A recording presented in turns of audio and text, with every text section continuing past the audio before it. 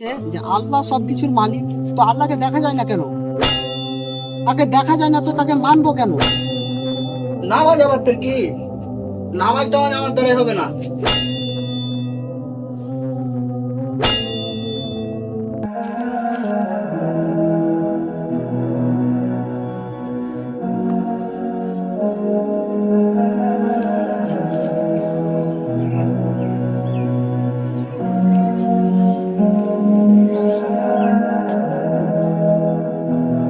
আসসালামু আলাইকুম নাসিম ভাই। ওয়ালাইকুম সালাম। কি ভাই, কেমন ভালো আছো তো? হ্যাঁ ভালো, তুই ভালো আছিস? হ্যাঁ আল্লাহর রহমতে খুবই ভালো আছি। যে বল ভাই, খবর টবর কেমন চলছে? এই তো চলছে এরকমই, এরকম আগে দেখেছিস। তো এখন কি করছিস রে ভাই? কি করবো, এরকম ঘুরে বেড়াচ্ছি, আর কি করবো। তো সব ঠিকঠাক আছে তো? হ্যাঁ সব বড়িয়া, ঠিকঠাক। আলহামদুলিল্লাহ, ভালো থাকলেই ভালো। তো নাসিম ভাই, চল তাহলে নামাজটা পড়ে আসি, আজান তো হয়ে গেল। নামাজ আবার তোর কি? নামাজ টামাজ আমার দ্বারাই হবে না, ওগুলো আমি মানি না। ছি ছি ছি, আস্তাগফিরুল্লাহ নাসিম ভাই, আস্তাগফিরুল্লাহ। এগুলো কথা কিভাবে বলতে পারো তুমি? নামাজ, আমরা পৃথিবীতে কিসের জন্য এসেছি এখানে বলো তো? এই তো ঘোরা মাস্তি করবো, বেরিয়ে বেড়াবো, এগুলো লেগেই তো এসেছি। আস্তাগফিরুল্লাহ আস্তাগফিরুল্লাহ নাসিম ভাই, এই দুনিয়াতে আমরা এসেছি খেলাধুলার জন্য নয়, খেল তামাশা করার জন্য নয়। শুধুমাত্র আমরা এই দুনিয়াতে আমাদেরকে আল্লাহ রাব্বুল আলামিন পাঠাইছেন শুধুমাত্র তার ইবাদত করার জন্য। তোরা আল্লাহকে দেখতে পাস? যাকে দেখতে পাই না তাকে মানবো কেন? হ্যাঁ, আর কি বলছিস? নামাজ নামাজ পড়ছিস? আরে যাকে দেখতে পাই না তাকে মেনে কি হবে, আর নামাজ পড়া কি হবে? আসলে দেখ, হিন্দুদের কি হচ্ছে, ওদের পূজাকে দেখা যাচ্ছে তাই তারাকে মানছে, ঠিক আছে। আর ওগুলা আমার দ্বারা হবে না, যাকে দেখতে পাই না তাকে মানবো না। আর হ্যাঁ, আমার কাছে 4টা প্রশ্ন আছে, ঠিক আছে। ওই আর কেউ যদি উত্তর দিতে পারে তো হ্যাঁ, আমি ওই ইসলাম ধর্ম মানে নামাজ পড়বো, যত ভালো কাজ আছে সব করবো, বুঝতে পারছো? আচ্ছা, তোর মতলব হচ্ছে, তোর প্রশ্ন হচ্ছে যে তোর 4টা প্রশ্নের উত্তর দিতে হবে, তাই তো? হ্যাঁ। আচ্ছা ঠিক আছে, তোমাকে 4টা প্রশ্নের উত্তর দেওয়া হবে, কোনো ব্যাপার নাই।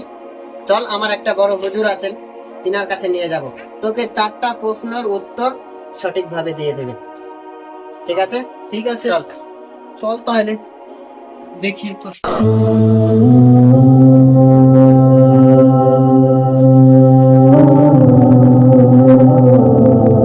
থাম থাম থাম, মুলি সাহেব এখন মসজিদে থাকবে না, যেহেতু মুলি সাহেবরা নামাজ পড়ার পর বাইরে ঘুরতে যায়, সেদিকে হয়তো থাকবে এখন। তো যেখানে থাকবে ওখানে চল। চল।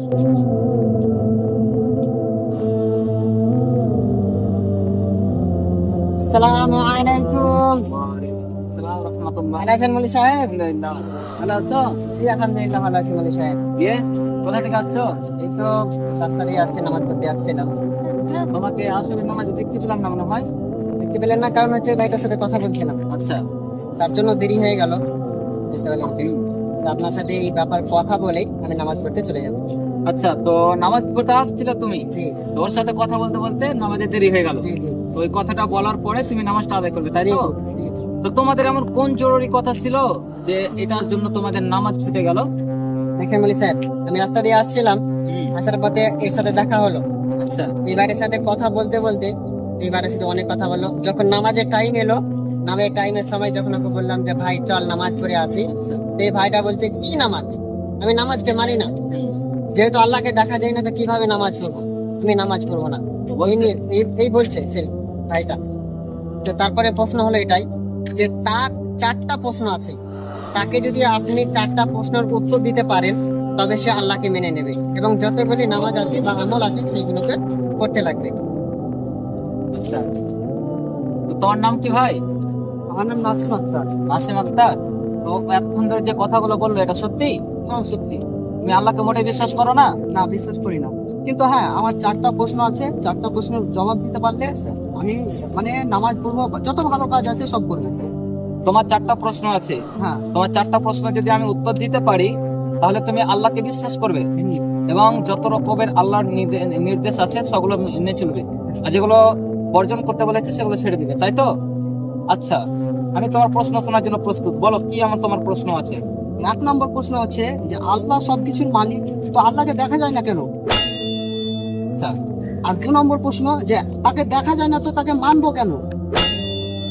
হুম আর 3 নম্বর প্রশ্ন হচ্ছে যে শয়তান তো আগুনের তৈরি আর জাহান্নামও আগুনের তৈরি, তা আগুন আগুন কেমন করে পুড়বে?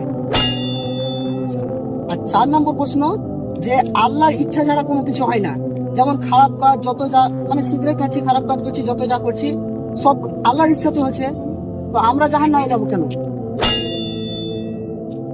এই 4টাই তোমার প্রশ্ন? হ্যাঁ এই 4টা প্রশ্নে যদি আমি উত্তর দিতে পারি তাহলে তুমি আল্লাহকে মেনে নেবে, তাই তো? হ্যাঁ তোমার নাম্বার 1 প্রশ্ন হচ্ছে সবকিছুর মালিক, তো তাকে কেন দেখা যায় না? হ্যাঁ নাম্বার 2, তাকে দেখা যায় না তো তাকে কেন বিশ্বাস করব? নাম্বার 3, শয়তান হচ্ছে আগুনের তৈরি আর জাহান্নাম হচ্ছে আগুনের তৈরি, শয়তানকে জাহান্নামে নিক্ষেপ করা হবে, আগুনকে আগুন কিভাবে পোড়াবে, তাই তো? নাম্বার 4, এই পৃথিবীতে আল্লাহর ইচ্ছা ছাড়া কোনো কিছুই হয় না, কিন্তু এই পৃথিবীর বুকে অসংখ্য মানুষ আল্লাহর বিরুদ্ধে চলে, যেমন তুমি এখন আল্লাহকে মানছো না, তো এটা তো আল্লাহর ইচ্ছাতেই হচ্ছে, তো তোমাকে কেন জাহান্নামে দেওয়া হবে? এই 4টা তোমার প্রশ্ন, তাই তো? এই 4টি প্রশ্ন যদি উত্তর দিতে পারি তাহলে তুমি আল্লাহকে মেনে নেবে, কথা দিচ্ছ? জি জি আর এখনই নামাজ পড়তে যাবে? হ্যাঁ ইনশাআল্লাহ। ঠিক আছে, ইনশাআল্লাহ আমি তোমার উত্তর দেওয়ার জন্য রেডি। তুমি তোমার প্রশ্নের উত্তর নেওয়ার জন্য রেডি আছো? হ্যাঁ রেডি। আচ্ছা ঠিক আছে, আমি তোমার উত্তর দিচ্ছি। তুমি ওইটা নিয়ে এসো তো।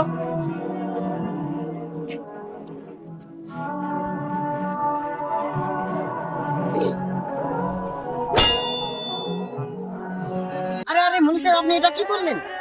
আরে কত রক্ত বের হচ্ছে, আপনার কাছে আমি জবাব চেয়েছি, এরকম করে মাথা ফাটিয়া আপনার নামে আমি বিচার দিব। আরে তোমরা শান্ত হও, এত রেগে যাচ্ছ কেন? তুমি আমার নামে বিচার দিবে কি আমার নামে নালিশ করবে, তুমি কি করবে এটা তোমার ব্যাপার, কিন্তু তোমার প্রশ্নের জাস্ট আমি উত্তর দেওয়ার চেষ্টা করেছি। এইভাবে প্রশ্নের উত্তর দেওয়া আছে? দেখো আমি তোমাকে একটু কষ্ট দিলাম, ঠিক আছে, এর ভালো করার দায়িত্ব হচ্ছে আল্লাহ, চিকিৎসা করাবে ইনশাআল্লাহ আমি।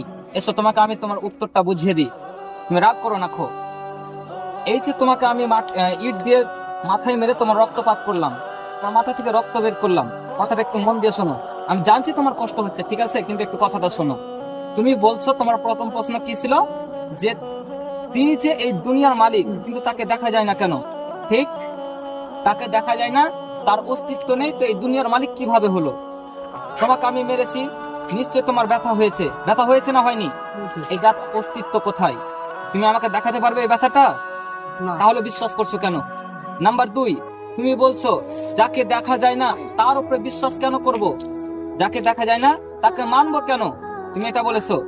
তোমার ব্যথা হয়েছে, তুমি দেখতে পাচ্ছ না, বিশ্বাস করেছো। আচ্ছা বলো, তোমার যে ব্যথা হয়েছে তুমি মেনেছো না মানোনি? মেনেছি। তাহলে তোমার ব্যথাটা যে দেখা যায় না তাও কেন তুমি মেনেছো? অনুরূপ আল্লাহকে দেখা যায় না তাও তোমাকে মেনে নিতে হবে, তিনি আছে, তিনি অদৃশ্য, একদিন তিনি আমাদের সামনে দেখা দিবে। নাম্বার 3, তুমি বলেছো যে শয়তান হচ্ছে আগুনের তৈরি আর জাহান্নাম হচ্ছে আগুনের তৈরি, তো শয়তানকে জাহান্নামের ভিতরে নিক্ষেপ করা হবে, তো আগুনকে আগুন কিভাবে পোড়াবে? আমি যে ইটটা দিয়ে তোমার মাথাতে আঘাত করেছি, এই ইটটা প্রথমে মাটি ছিল, মাটি থেকে এই ইট তৈরি করা হয়েছে, আর তোমাকেও মাটি দিয়ে তৈরি করা হয়েছে, তো মাটিতে আঘাত করলে যদি রক্তপাত হয় তো আগুনকে আগুন পোড়াতে পারবে না কেন?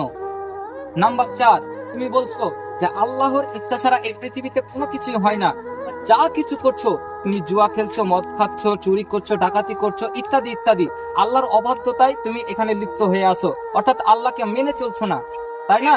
আর এটা হচ্ছে আল্লাহর ইচ্ছাতে, তো আমাকে জাহান্নামে কেন ফেলা হবে, এটা তোমার প্রশ্ন। তো তোমাকে যে আমি মারলাম, তোমার মাথা থেকে রক্ত বের করলাম, নিশ্চয় এটা আল্লাহর ইচ্ছাতে হয়েছে, তো তুমি কেন বলছো যে আল্লাহ আমার নামে তুমি বিচার দিবে, আমার নামে তুমি নালিশ করবে? কেন তুমি বলছো?